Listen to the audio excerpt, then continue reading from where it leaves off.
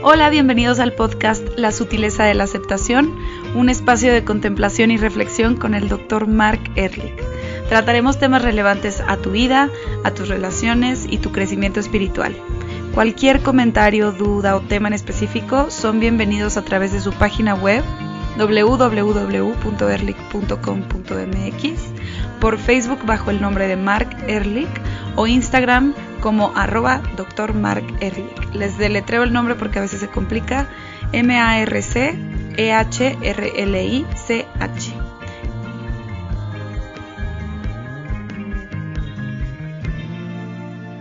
Hello, Marc. How are you? Hello, Laura. So today we are going to be speaking English, right? Yes, for your English-speaking audience. I got one of my oldest and dearest friends. His name is Barry. He lives in New York. He's asked me over and over again if we would do the podcast in English, and so I figured today's a good day to do it. No? Yeah, I think it's fine, and it's dedicated to Barry, Uncle Barry. Barry, right? You know, I know him since I was 15 years old. Do you know that? How many years that's been? No, that's crazy. There was a group of guys, Barry and Louie and Larry and Izzy, and we were the guys from Brooklyn, and we were together all of the time. It's really something. It's something to grow the relationship to this point, no? Like to grow with the person. That is what it's really something. Yeah. You know, and that's interesting that you say that because, you know, when I do therapy for couples, one of the, I don't know if it's excuses or defenses, is she or he knew me that was the way I was when we first got married. And that could be 5 years ago, 6 years ago, 10 years, 15, 20. They say, but that's the way I was when she married me, or that's who I've been ever since the day she knew me. And then, you know, my reaction tends to be, really, I feel sorry for you that you haven't evolved in 5 years, 10 years, 15 years, 20 years, etc. I mean, that's probably not a valid explanation as to what you need to do in order to improve your relationship. For sure. I feel like, and also like rearranging yourself to match your person every now and then that these changes happen is a real complex situation, no? You have to find out how to navigate through evolution as we change. And the people that stay the same is more reflection of dysfunction and fear rather than of something positive. But before we get into the topic, I want you to talk to us about your new play.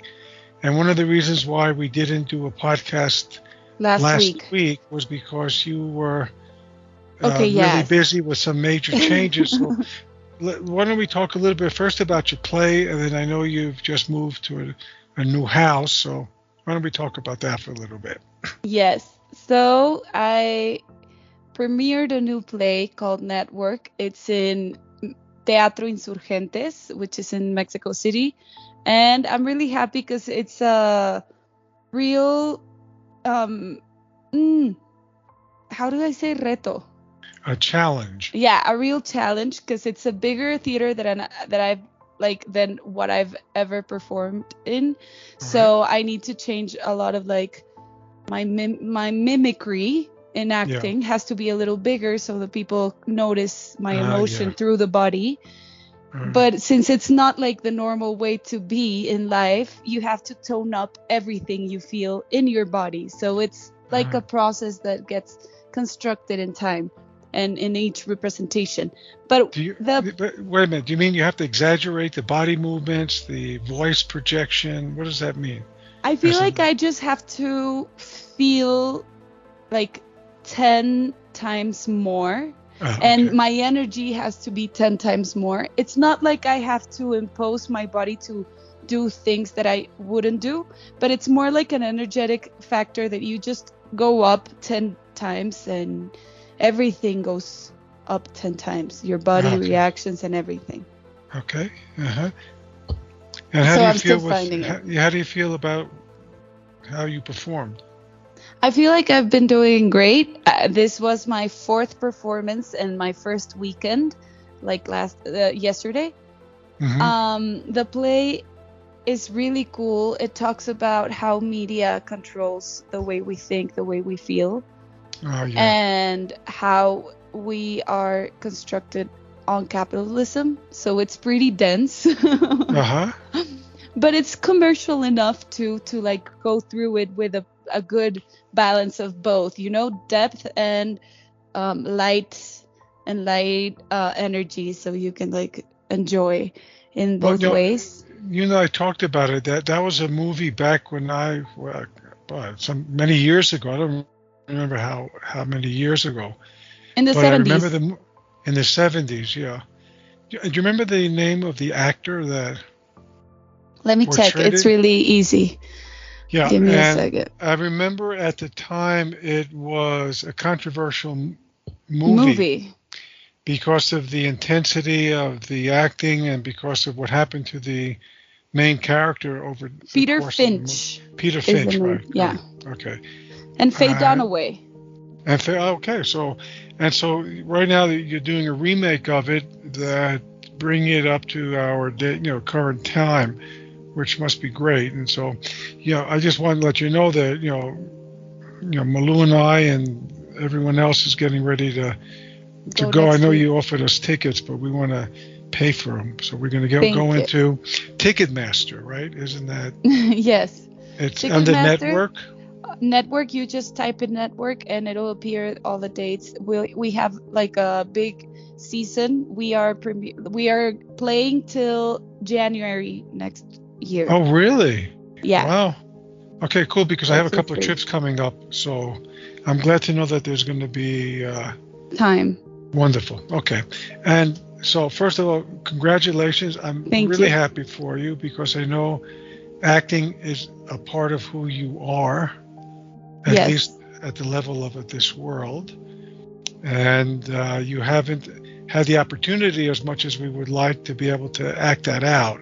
So, life is very wise and gives it to you precisely when you're able to take advantage of it. I feel like life this time gave me a lot of gifts at the same time.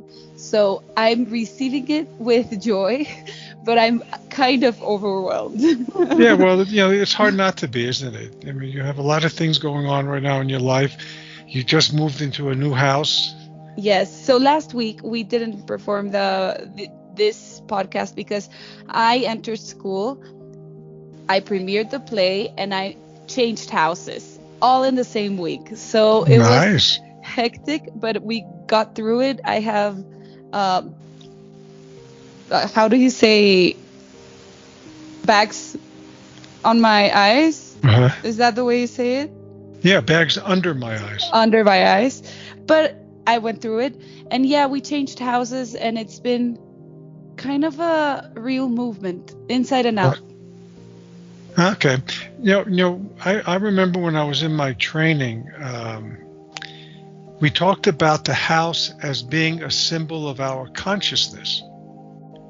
Okay? Yes. And so when somebody dreams, for instance, about a house, the way we approach the dream interpretation is to understand how is your level of your inner house, your inner consciousness, your inner awareness, and understand different aspects of that by seeing what, were you in the kitchen has one meaning, if you were in the bathroom has another meaning, if you were in the basement it has another meaning. So the fact, if we want to be symbolic and psychological, the fact that you're moving into a new house talks about how you're at a point where you are ready for a new level of consciousness, a new dimension, and obviously any kind of move into a different level of consciousness brings a level of anxiety. Yes. And when you have that level of anxiety, depending upon who you are, you will either become more impatient, more intolerant, you'll be more sensitive, more demanding, because what we try to do is develop some control over the chaos that's happening in this new stage, let's say, of your life. So, I don't know if you're aware of you becoming more sensitive, more anxious, more demanding. demanding. I feel like I become more demanding because I hate seeing things everywhere in the house, and I'm very eager to clean everything because Right. I know there's a lot of things that we are not going to need anymore, or we haven't need in some time. So I just want to see things organized. So I've been very demanding to get things done. Quickly. Yes. And not having the time because you have to play and you have And then school. and Daniel has work to do, and And you have then to be a things. good wife and take care of your husband, and you have a dog, and Yeah. God. So And it's a lot of pressure, and then I go to school. Yeah. So I was completely free like 3 weeks ago, and now I'm like fully booked in like no time. So it's a change in inside and out. But yeah, when you talk about the house being like part of your consciousness, it's very true, because we weren't being able to fit in our last apartment anymore. Right. Like it got a little crowded, and Daniel Right. was working, and I couldn't like do creative stuff because we would hear each other. Right. And this house is like for new beginnings and new spaces, and having like our own like space to develop ourselves. But when I got here, the house is big. Yes, and then real big. I didn't know the responsibility of having like a big house. So I'm kind of like joyful to get to know about that, but also very anxious about it, because I'm like, it's a lot of responsibility and I didn't know about it.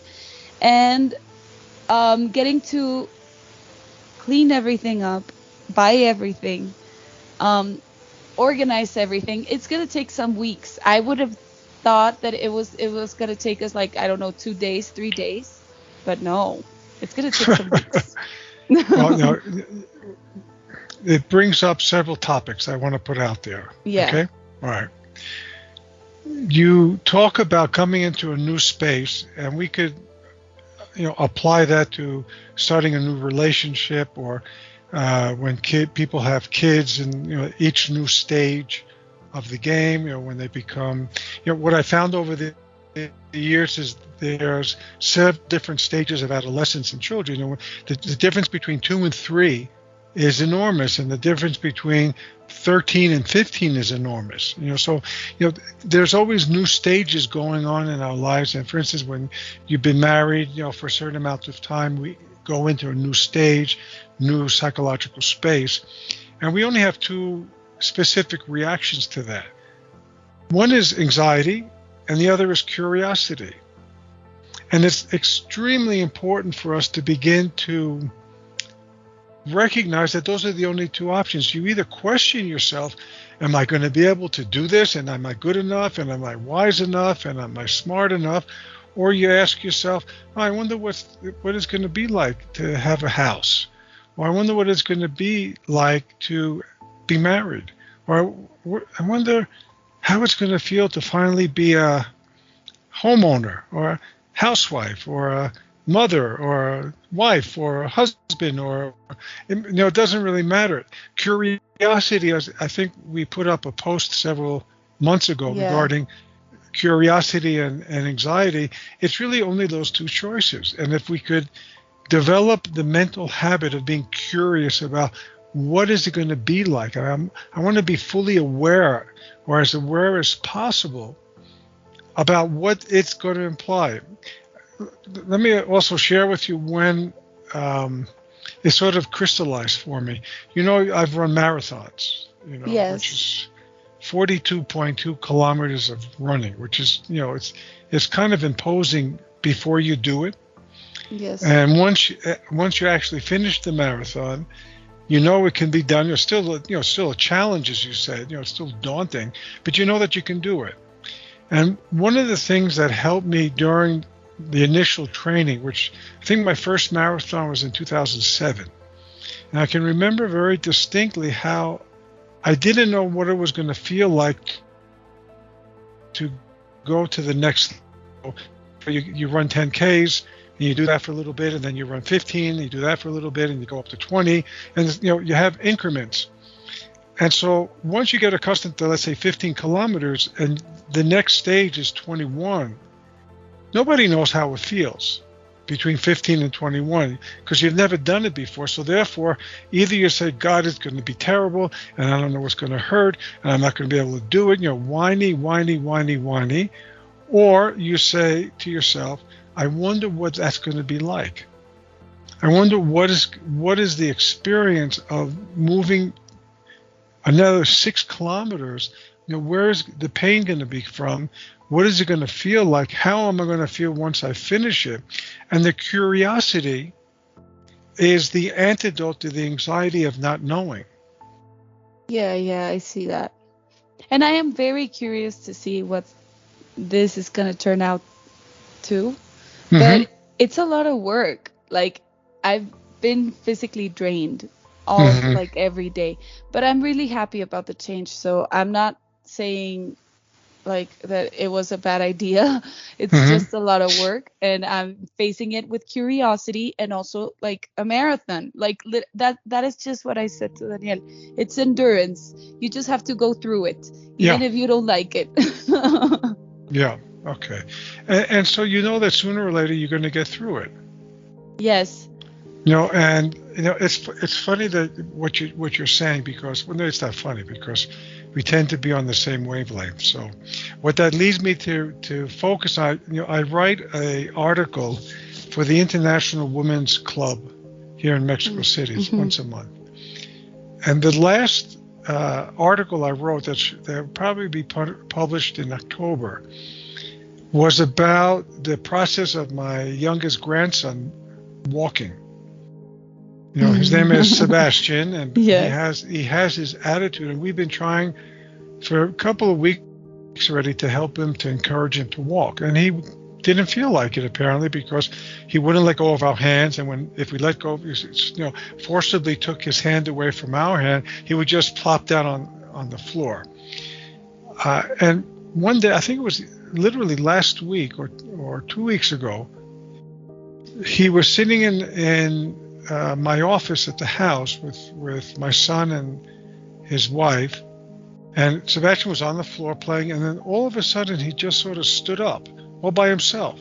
It was incredible, because here we have all this time struggling to get him to walk, and so he has to walk and has to go on to the next step and all those things that parents do and grandparents do, and he got up precisely at the moment that he was able to.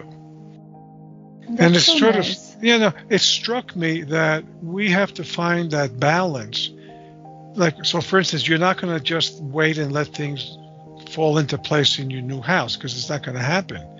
So what you do is that you find the balance.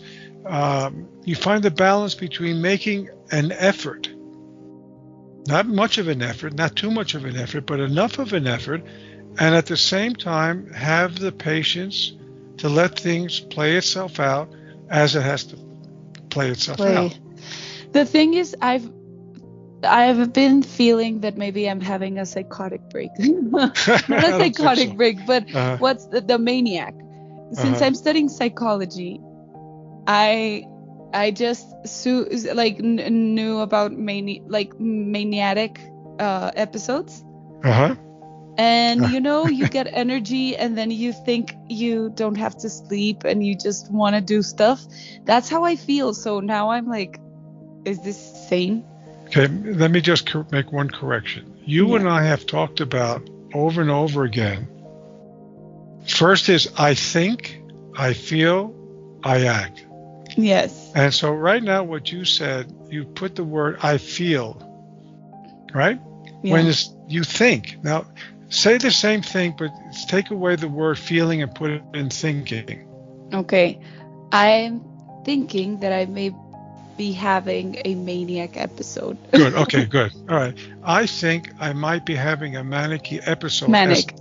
Yeah, as opposed to I feel I'm having. What's the difference in your awareness when you say I think I'm having as opposed to I feel I'm having? Saying feel makes me feel. Well, that's what's happening. And saying that I think makes me rationalize things and makes me not feel what I'm saying, you know, like it's more rational.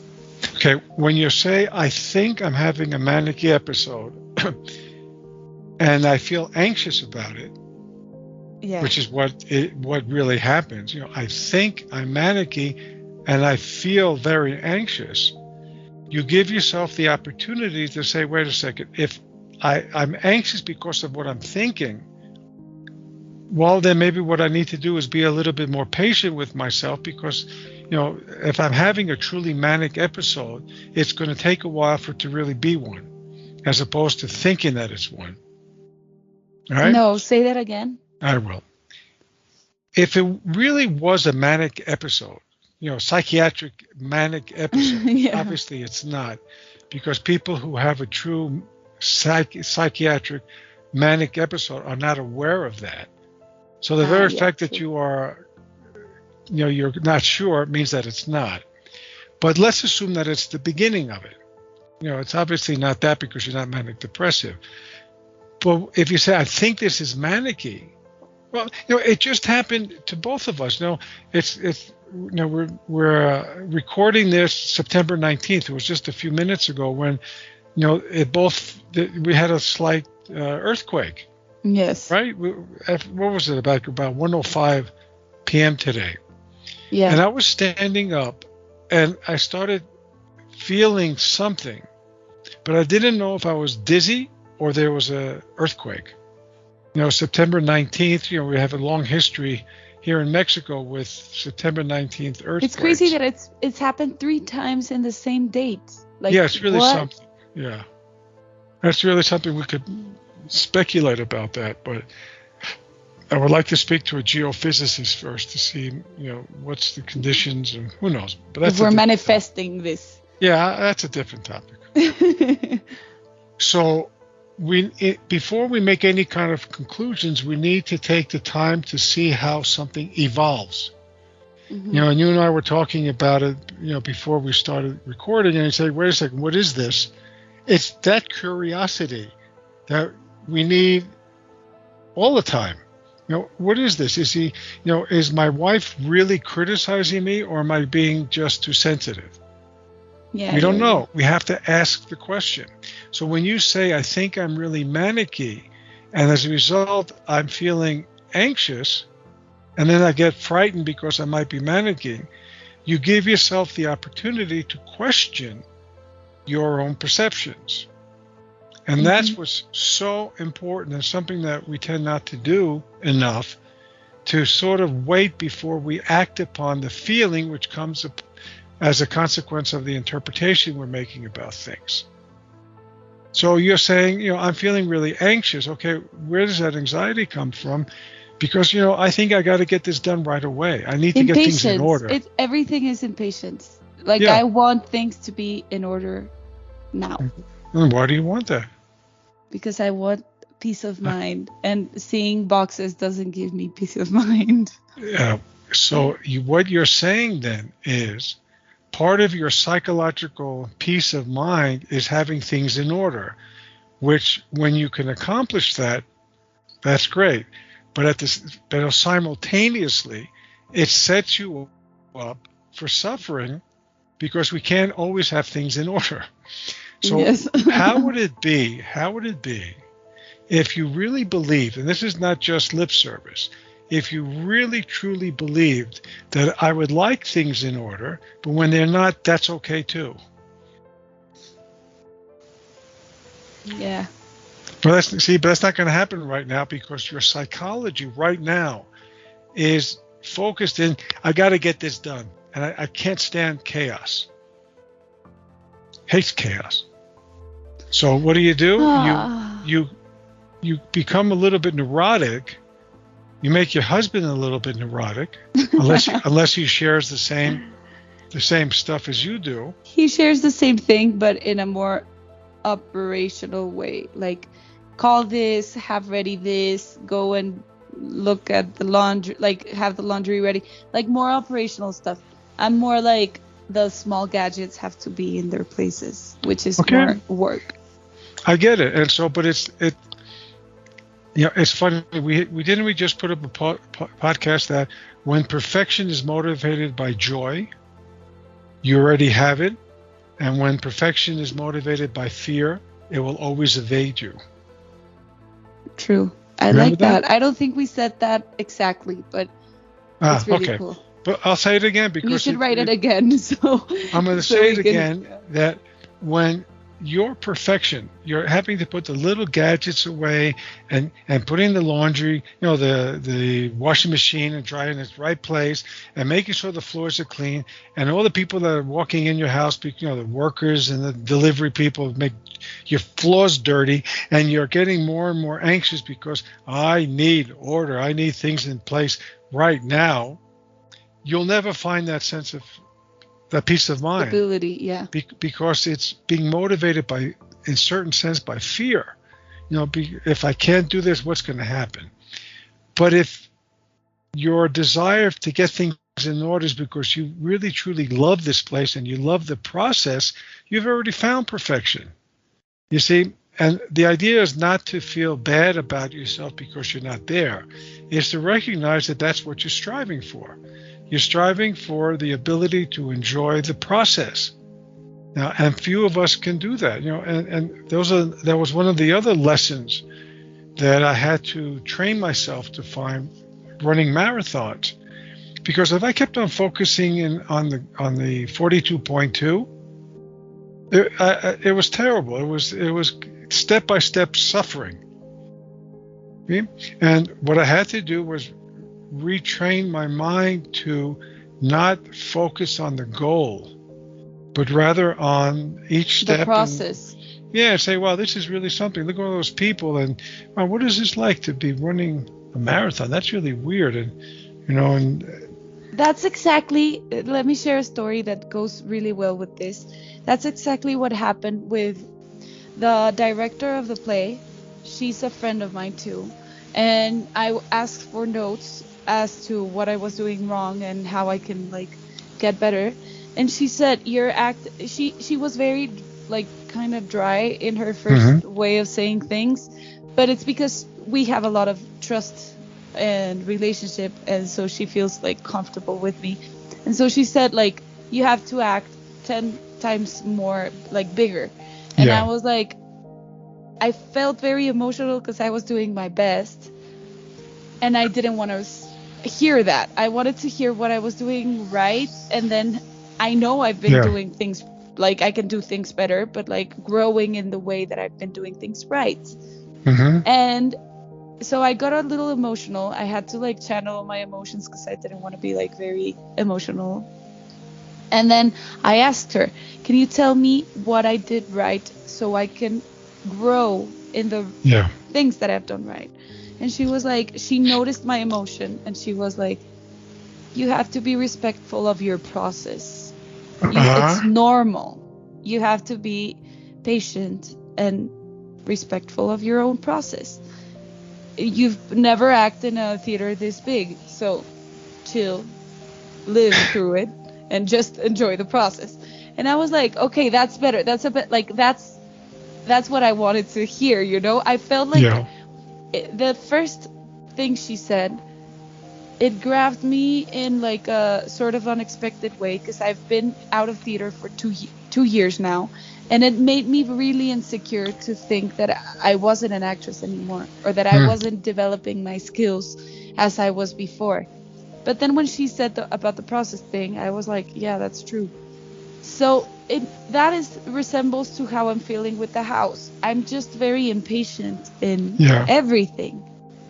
But I have to respect my processes. My processes. Right. Well, it's really the same process. Just acted out in the theater or acted out in your home. It's the same process. It's very similar to when people tell me and they say, I'm afraid of heights, and I'm afraid of spiders, and I'm afraid of elevators, and I'm afraid of, and as if they have a ton of fears. To get them to the place where they understand it's just one fear, fragmented in different scenarios or different circumstances, it becomes more manageable. And, you would have to pay attention to what is that basic underlying fear. The fear of not being good enough, or the fear of not being smart enough, or the fear of not being whatever enough. We all come out of our childhood with those basic fears. And given your particular history and the history that everybody has, the fear becomes crystallized in, if my house is not done quickly, then it confirms this fear. And if I'm really not an actress and I'm not made out for it, then it confirms the same fear, just manifests different circumstances. And so what we need to do is have sufficient faith in yourself to be able to say, I can figure this out. I mean, I think I got to get everything done quickly. Now, why do I think that? Where does that come from? And if you could begin to identify the underlying primordial original fear, it's amazing how suddenly everything changes, because you say, I could spend another 3 months getting my house in order, and it doesn't confirm anything. It just means that I don't have the time to straighten up my house. And so what I'm going to do is I'm going to do the best I can with the resources I have available, and I'm going to be lovingly accepting of the fact that it takes time. Yeah. But that's a retraining, because we're not accustomed to thinking like that. Yes. And also, I think that nowadays we live in a society that wants things now and how it is, because we are receiving information in the top of our head, like the phone or the television. We're always receiving information. So impatience is a virtue that we learn from the society. Patience or impatience? Impatience. So I feel like it makes us impatient to know that we can have everything whenever we want it. It seems like a virtue, but it certainly isn't. Yeah, I'm sorry, not a virtue, but it gives us like that thing, and we have to develop the other way of thinking when society tells us otherwise. But All right. Well, we've gone over time a little bit. Yeah. So I just want to make sure everybody knows that to go see you in Network. In the Teatro Insurgentes, and you can get the tickets at Ticketmaster. Yes. And you'll be there until next January. Yeah. And I want to wish you the best of luck in your new home. Thank you. And we'll see each other next week? Next week, yes. If you're not too busy, I mean. I won't be. I won't be. Jesus. I used to have you all for myself, and I got to share you with school and theater and your new house and your husband. And I'll have to be curious about how that feels. Thank you so much. And you can write to us through Instagram at Dr. Marc Ehrlich, and tell us all about how you feel of what we're doing, and we can talk about next topics about what you want to hear. Oh my God, that ended up really bad. I didn't know how to speak English for us all of a sudden. Thank you so much. We got it good, and we'll see each other next week. Okay. Bye. Bye.